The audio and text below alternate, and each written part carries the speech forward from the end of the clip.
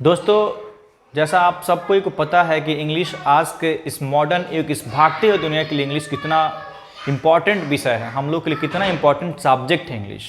इसमें सबसे डिफ़िकल्ट है इंग्लिश सीखना किन के लिए?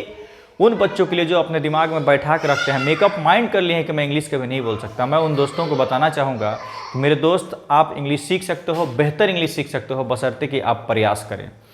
कहा जाता है trier can never be failure, यानी कि ट्रायल कभी फेलियर नहीं होते हैं। So if you really want to be success in your speaking English, then you will have to try something. If I will tell you something, the importance that some tips that you can follow, that you can become a very smart speaker one day. So if you only need to practice that, those all things, and to follow those all things.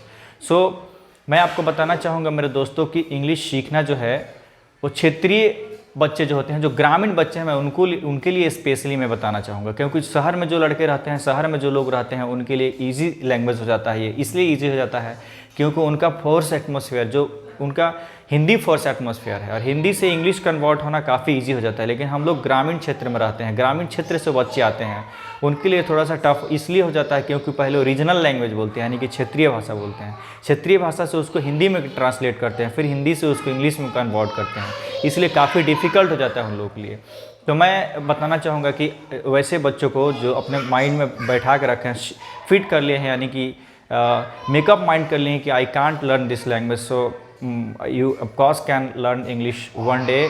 You can see yourself while speaking English, so you follow those things, you can be a very smart speaker.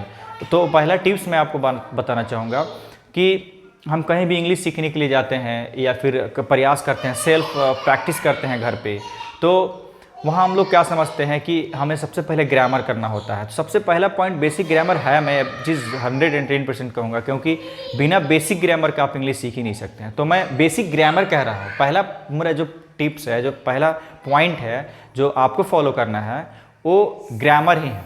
और grammar में पूरा grammar मैं नहीं कह रहा हूँ, मैं कह रहा हूँ सिर्फ कि ग्रामर बेसिक होना चाहिए। बेसिक मीन्स क्या, मैं आपको बता दूं। बेसिक का मतलब होता है, जैसे आपको टेंस आप समझते होंगे, टेंस सबसे इंपॉर्टेंट पॉइंट्स होता है, सबसे इंपॉर्टेंट पार्ट है हमारे स्पीकिंग के लिए। तो सबसे पहले हम टेंस को ठीक करेंगे। टेंस में क्या पढ़ना है कि सर लोग बताते हैं यार कि सारा टेंस पढ़ जाओ, सारा टेंस नहीं रटना है, रटने से कभी इंग्लिश नहीं होगा। हमें क्या करना है, तो हमें 3 टेंस पढ़ना है, प्रेजेंट का 2 पढ़ना है, पास्ट का, और फ्यूचर का हमें 1 पढ़ना है। मैं बता दूं, प्रेजेंट का present indefinite, present continuous, present perfect, 3 tense पे हम कमांड कर लेंगे।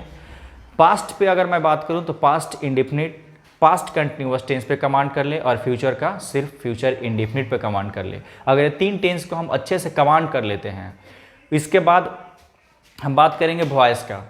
वॉइस का हम बात करेंगे तो वॉइस को बच्चे लोग क्या समझते हैं कि हमें पूरा वॉइस पढ़ना है। जैसे वॉइस कैसे, तो एक्टिव टू पैसिव बनाना है। एक्टिव टू पैसिव जैसे कि I eat a mango, the mango is eaten by me, ये गलत तरीका है। स्पीकिंग में हम लोग ऐसा नहीं करते हैं। स्पीकिंग में हम लोग को हिंदी से इंग्लिश करना है, क्योंकि आप सोचिए कि हम पहले हिंदी बोलते हैं। भारत हमारा जो देश है, भारत में हिंदी बोली जाती है, Hindi is spoken in India. तो हम हिंदी बोलते हैं, तो सबसे पहले हमें क्या करना है कि हमें हिंदी से इंग्लिश बनाना है ना। तो हम हिंदी से वॉइस को लेके आएंगे इंग्लिश में। जैसे हिंदी से मैं आपको एग्जांपल बताता हूँ।